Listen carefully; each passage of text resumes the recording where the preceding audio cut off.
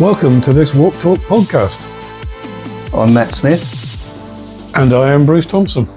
We hope you enjoy the episode.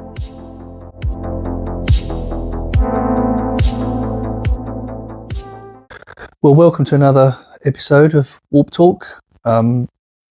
Bruce, what's happening in Warp Talk? Well, I've seen lots of good stuff lately. Yeah, I think we covered quite a lot of things in our last episode. It was a bit of a smorgasbord of interesting events over the autumn. Yeah. I think what we could do is pick up on a little bit of sharing activity that I've picked up on within sort of, the Walk Talk Slack group. Yeah. Well, we referred to the whole Warp community thing last time, didn't we? We did. And what I picked up on a couple of times now is going back, early part of the summer, more like late spring. Nathan contributed a bit of PowerShell scripting that took the Tarragon aggressive feeds into next-gen firewalls on Azure. Yep. And that was fantastic because I don't code in PowerShell, I code in other things. So that was a useful addition, and I think one that quite a few people have spoken to me about and are using.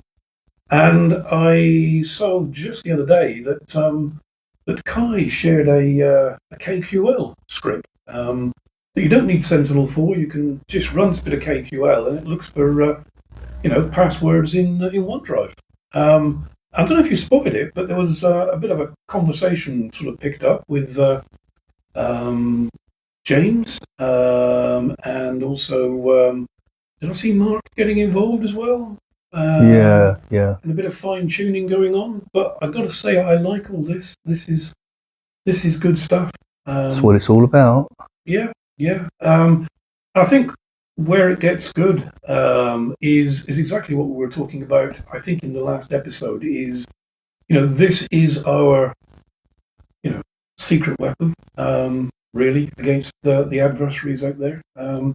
Sharing stuff, one people making it and then sharing it onwards, which is a little bit what Tarragon's about, really. We'll come on to, this might be a Tarragon-heavy episode, I'll give you a tip now. But we might come on to that in a second as well with Tarragon. But I think the important thing is that, people from the community are also sharing this. And bear in mind, if you want to use these things, that it's best endeavours. You might need to code it locally to get it to fit exactly what you want, which is, again, good learning. And it's shared, I suppose, really, under the International Creative Commons basis, really. And if you're not familiar with that, then go off and sort of check it out, really. So if you've got something to share it. Speak up. Absolutely. I mean, I think, we last episode we mentioned the whole idea around building the new Warp Talk brand. We do have a website. If you go to warptalk.org.uk, you will see the strapline, building cyber resilience through collaboration. That is what this is all about. And hopefully it's going to get better and better as time goes on. So this sharing stuff is fantastic.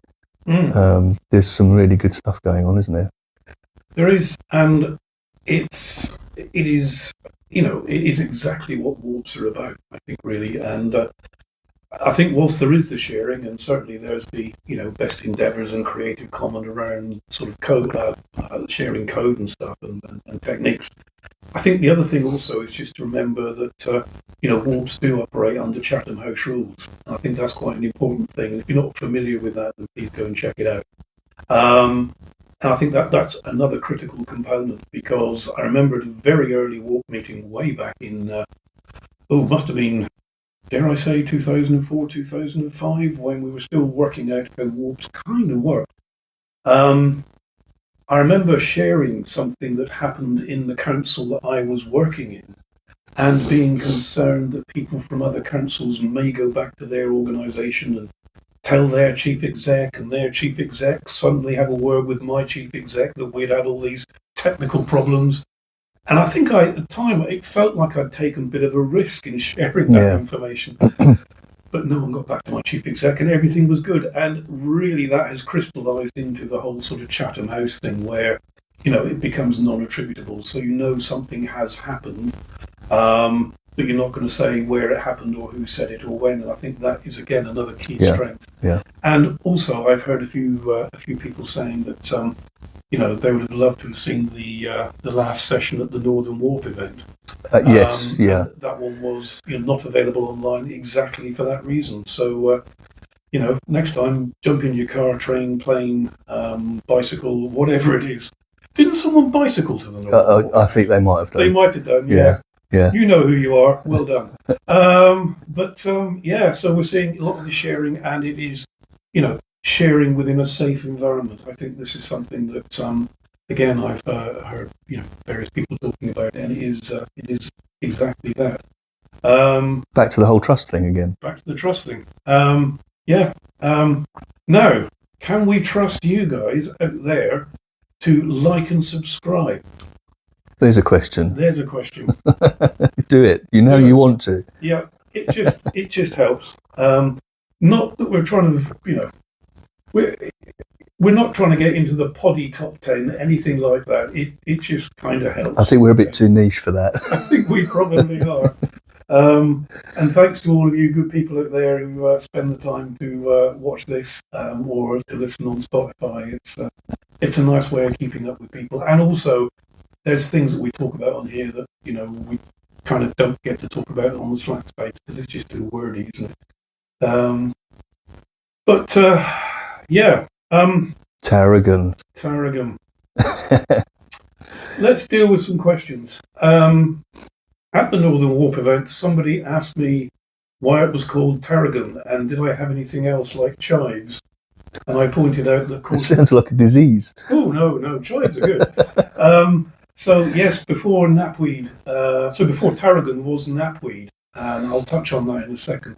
And yes, there are chives. Some of the little programs, some of the little scripts that run in the background to produce a lot of the Tarragon data that can be used. And I'll talk about how you can use it in a second.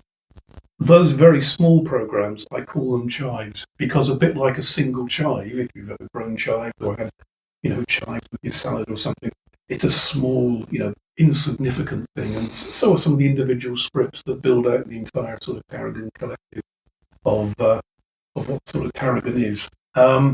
And some of you may have heard me say this already, and I'll just sort of touch on it really. That Tarragon came to light really. It first started with I asked myself what I could do. So if you think about what knapweed was doing, again another herb. Back in March 2023, we were picking up on these ransomware attacks impacting supply chain into local government. And letting people know when it had happened. I'm not going to mention any names because this is a podcast, but we all knew that, we were reporting in on this and keeping you guys informed of these supply chain hits. And going back to the previous point, if you know of a ransomware attack, again, let me know or let someone from knapweed know. This is useful. We can't always spot everything. We can keep an eye on it. But going back to March 2023, I thought, what can I do to try and stop this? To stop some of these ransomware and cyber attacks going on. And that's where Tarragon sort of started. So it was this sort of basic idea of going upstream. And the first bit of Tarragon was to work with some botnet, OSINT people, a couple of major organizations involved there. And to pull that source of data together and then make it available. That was the first Tarragon feed, along with a list of known ransomware sites. And this is where we were in March 2023. So a lot has happened since then with, me asking that question about what could I do. People have got in contact with me and said, well, what can we do to help? And sometimes that's been people from within the public sector. And we've got a small group of 3-4 people who are very active in posting, indicators of compromise straight into OTX. So that can go into SIEM systems directly. And if you're not doing this, watch out for a Tarragon session at your warp coming shortly. I'm on the road again from November. I think I'm up with Graham in the northeast, and then on to Eunice at Yorkshire and Humberside in December. But those IOCs in OTX that go into your scenes, they are also produced as data sets, which again you can use. And maybe we just need to do a specific Tarragon podcast or two on using the two data sets. Maybe we can have a chat on that, Matt, and get back to people. Yeah. But going back now in time a little bit, so March, people getting involved, some good public sector input. Organisations have also got in contact and sort of said, hey, look, do you want our data as well? So we publish a set of aggressive IP feeds, which have been downloadable for nearly 2 years now. These are good because they block ransomware initial access brokers who find their way into your organisation. You may have heard about some of these interesting AI red team tools that hackers use. So those tools are also thwarted by the aggressive active data set. This is exactly the stuff you can deploy to stop the attacks, or at least play a part in that. I'm not saying it's going to stop everything, but it will stop stuff. And across the summer, indeed, since the Northern Warp Conference, we've felt the need to make some changes to Tarragon, which is possibly what you were alluding at a little earlier, Matt. So Tarragon now has its own brand new server. We're certainly grateful to ITA, who do manage cybersecurity services and run a SOC, for sort of incubating the Tarragon project. They were, made the facility available, but Tarragon now runs on its own server. Yeah. I've spent the last 6 weeks migrating everything over, and we're good to go. Those of you who are in the Tarragon mail list, you should be up to speed with this. We've done 2 successful tests over the last couple of weekends, and we'll be switching across on November the 1st. There will be a new URL to use, tarragoncti.uk, but don't panic. That'll all happen slowly. We'll keep the old API going for as long as we need. No one's going to be cut off, but we do need to move to the new one. And we've got some new feeds coming in. So we've got 2 honeypots stood up. As I was moving the code over, I thought, I can make use of this. And in fact, one of the honeypots is actually picking up on all of the scans of the Tarragon server. So people scanning the server or trying to hit the web setup and scanning all the web directories, I'm reproducing that data into a weekly honeypot. I'm also blocking them for a month as well, but that's a new bit of code I'm building out at the moment. So it's going to have a slightly aggressive role, as well as informing everybody else of these attacks on web infrastructure, which again will come through OTX and will come out through the data feeds. So the nice sort of synergy there of the Tarragon project actually feeding the Tarragon project. I kind of like that idea. Yeah.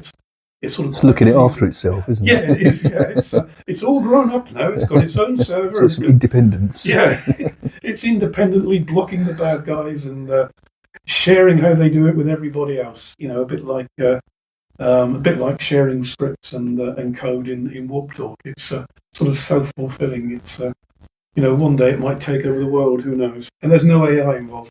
But that's been quite a major piece of work. I know you mentioned high tech there, but they really have been such a key supporter of Warps right from the beginning, haven't they? They have. There are other organisations, of course, as well. But certainly, thinking back, they produced, I think, a couple of guidance notes, white papers. I think that we just asked them to do it, and they did. Yeah. In fact, they did a lovely write-up of one of the ISFL conferences once, which was really good. Yeah, okay. So shout out to them. Yeah, definitely. And Tarragon wouldn't be where it is now without them. So that is very much appreciated. And that other, of course, that other aspect of Tarragon, you mentioned the sort of community aspect of it, and members of the Warp community feeding into it. It just makes it that much more powerful. It does, and I think this is I think the next step really is going to be around. We've moved to the new server. We have this sort of capacity now to expand a lot easier. It's no longer a sort of baby step server. It's a fully blown beast of a server. So much so that it can withstand all the hacking attacks that it gets. People don't like what we're doing, which is good. I like that. That inspires me to do more. But also, I think it's a bit of a shout out here. So, this started with me thinking, what could I do? It inspired other people to say, well, can I help? What can I do?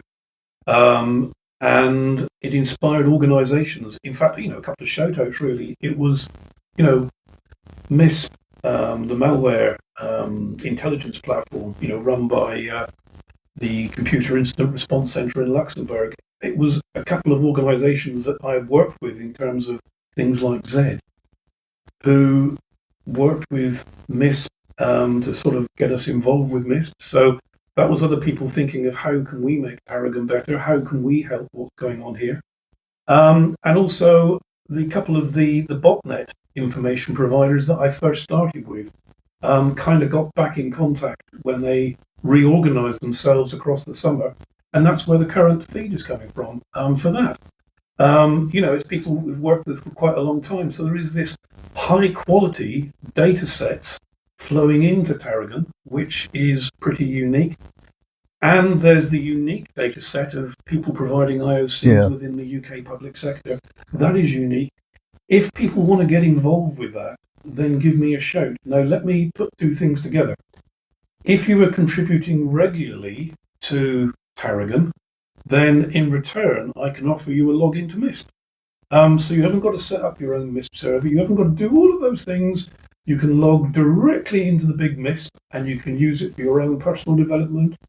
Write an API for Tarragon. I'd love that. We'll get involved doing that. And or to check things that you find, IOCs or other stuff that you want to go and have a look at. This is the planet's biggest threat sharing platform. And in return for, contributing things into Tarragon, then I can share back with you that. And, someone at the Northern Warp Conference said, well, if Tarragon is free, does it have any value?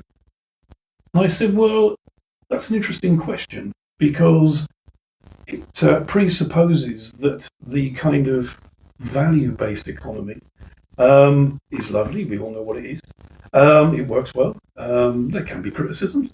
But if we go back to the gift economy, I've done something, you've made use of it. What can you give back? That's a great way to go forward as well. And I think that's pretty much what Tarragon's predicated on, to the point where just this last 10 days or so, and a shout out to Jamie down in Devon, he said, well, what about this organisation? They're doing good stuff.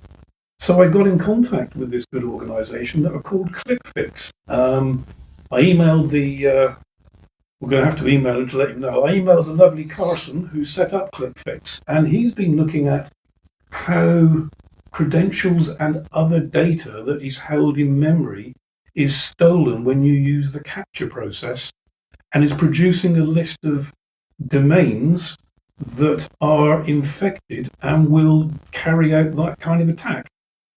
Now, it's on his own website, but to make it nice and easy for UK public sector, it's now available on the new Tarragon 3 API, available from the 1st of November. So there's another unique feed that's coming through. And yes, to link all this long shaggy dog story together, it runs under a chive. So the person who asked that question in Manchester, I wrote another chive, had a chat with Carson. Thanks for the introduction, Jamie. And we're producing this fairly unique data set, which Carson's happy for, of course, because it takes the hit off of his server if you guys are getting this off of our server. So we read it once, make it available many times. And that's also some of the methodology in Tarragon. We're collecting this data once, sharing it with as many people as want it. Sounds like Tarragon reaches the data that other platforms cannot reach. I'm always on the lookout for cyber threat intel that isn't readily available, and we can produce it at no cost. I mean, some of the feeds that come into Tarragon are available elsewhere at cost. It's just that their reputation seems to be becoming more and more established, and it was something that I was able to talk about when I was over at the Hack EU conference the other week, and people are interested in this, and who knows what comes out of that. I mean, there wasn't anything exactly from the event, but nonetheless, I'm optimistic that this is the way forward for Tarragon, and if we can get more UK public sector IOCs coming in, even if it's the emergency stuff like the no-name attacks, that's another good example. We mentioned that on the last podcast, and also I think on the last podcast I was talking about the geographical sweep from north to south from the Polish IP address. You did mention that, yeah. That stuff is what we like, and you'll see those feeds in Tarragon as the Nightwatch feeds. So my idea on Nightwatch was to sweep up all the little bits and pieces we get into a single consistent feed. In addition, and again, there's so much stuff in version 3, there is the API that grabs all the remote access Trojans spotted on planet Earth in the last 24 hours.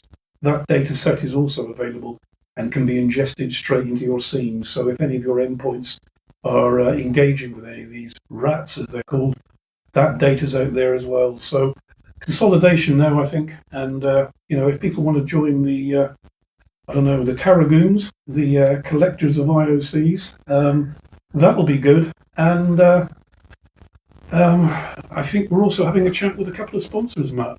We won't say who yet, but we're optimistic of maybe someone stepping into maybe sponsoring this as we go forward. That's right, yeah. So has all of this change to Tarragon had any kind of effect on the field guide for helping people set this stuff up?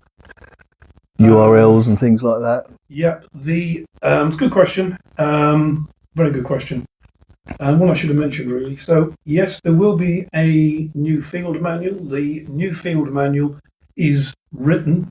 It's updated even with that new click fix stuff that saves you from captures. All of the stuff is in there. All the URLs are in there. And one of the people who's involved with Tarragon is having a proofread. I think you put your hat in the ring as well. Mm-hmm. It is getting on for about 30 pages long. And if you're going to use anything with Tarragon, the field manual is worthwhile having. I share these at WARP meetings. I'm more than happy to share them if anybody asks. And I think we'll probably do a couple of Tarragon workshops and take people over what's good. So it has all been rewritten. There is a new API, but please, everything's going to be backwards compatible when we move to the new server on November the 1st. This is what we've been testing the last couple of weekends. Yeah. So yes, there are new URLs. Yes, I'd like people to move to them as soon as they can.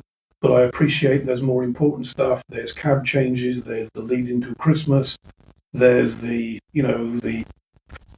whole kind of springtime, let's get it done before the money runs out phase. Plenty of time to move across. The old URLs will be there for at least possibly 6-9 months. But we will. I will have to start to chase people, and at some point we need to. Dare I say, turn that off. Yeah. There'll be plenty of time to move over. Yeah, that's good. But what I will say, actually, is all the RSS feeds are running off the new server. So they're there already. Okay, so the stuff that plugs straight into Slack and things like that, they're all the new ones? Yeah, they are. Yeah. And people who are using them at different warps, I've emailed everybody to say, can you start using the new server? Yeah. They'll also run on the old server as well, and it'll all be, no problem when we move over. And if we have a problem, the escape route is in any good cab change, you go back to what you had, and we can do that as well. But major work going on behind the scenes, I think. Yeah, really. And I guess it was probably the whole move thing was probably a good opportunity to tidy up code and all that kind of thing. And Matt, are you implying that I write rubbish stuff? Surely not. Yeah, well, it's true. I'll just fess up to that. So I think the first command and control feed dataset output Tarragon thing that I wrote was on a train going to a conference in Liverpool about May 2023, and I had thousands of ideas, and the subsequent thing that I wrote was horribly overcomplex. It was about 1,500 lines of code that I've now rewritten down to, I don't even think it's 100. So I'm not saying I've got any better. I'm just saying I just cut out the grandiose ideas that weren't needed. but it's now, I think, a lot.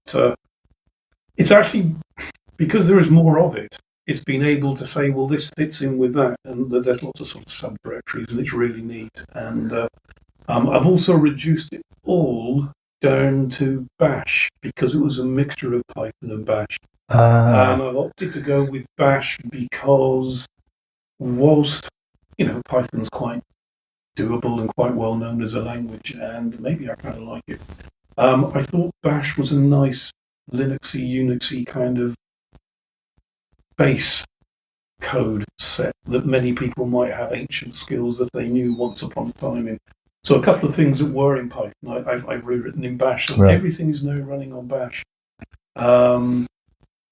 So that works quite well and is quite maintainable, which will be, I think, one of the things I want to begin to look at in 2026 is, more people helping to maintain this, maintain the code set, and what can we do with APIs, what data can we get out of MISP, like the remote access Trojans, but also what can we do for honeypots, and is there some space in here for a Tarragon apprentice scheme? We have a lot of apprentices out there. We do. I've tried to work with as many as possible and support them as best I can. But I was thinking around the idea of when it comes to that level 3, level 4 bit in an apprentice life of it's the project towards the end of their apprenticeship. Is there something there around producing a honeypot that may be of sufficient quality to push data into Tarragon? Yeah, that sounds good. And there are a number of honeypot ideas out there. So let's see what the art of the possible is. But if you're interested and want to give me a prod on that, then great. I've got a few people testing a few things, but give me a shout on that. And that's something where I think we want to go to try and support the apprentices, and also to support some of the mentors out there who are mentoring apprentices. That's quite an important role. And quite often in active organisations, there isn't the capacity or space to do something like that. Whereas in a best endeavours Creative Commons project like Tarragon, maybe there is. So let's see how that goes. And another sort of take on the future. I mean, we all know and love Zed, the scanning tool that you wrote to look at email security. Tarragon, if I remember rightly, also has a list of dodgy email domains. How do the two tie up? Is there a link there somehow? Yeah. So Zed's still running. That's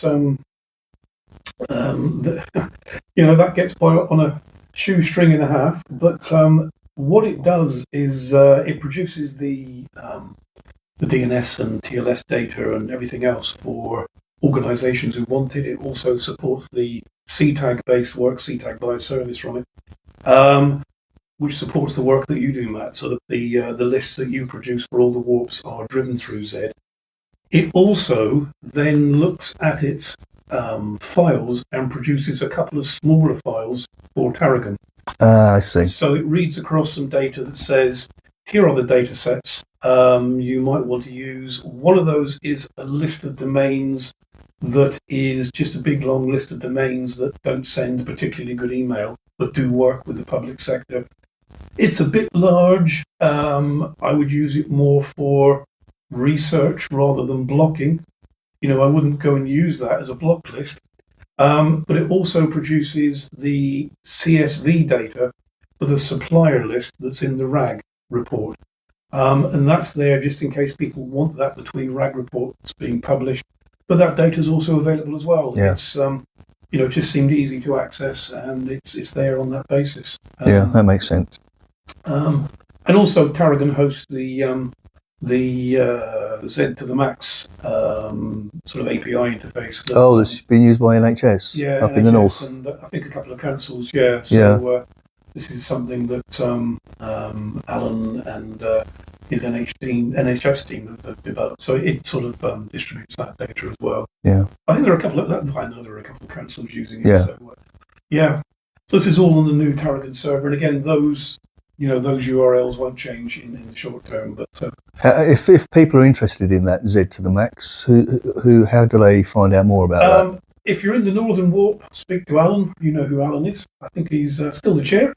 No, he's not, is he? No, I think he is. Is he? I think so. Yeah, of course. Billy's the operator, isn't he? Yeah. So talk to Billy, talk to Alan in the Northwest Warp, and anywhere else, give me a shout and I'll put you in contact. Or talk to Matt. Yeah.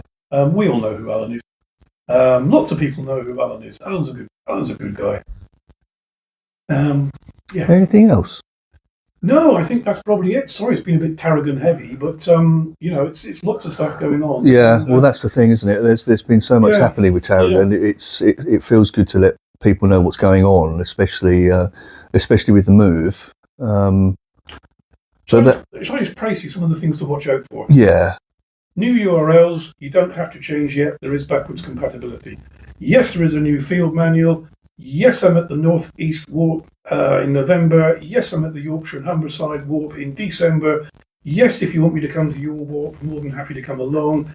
We'll probably do some workshops on active and baseline, the two major sort of groups in Tarragon. And finally, we're thinking about apprentices and what can we do to support you guys and girls and people and everything else.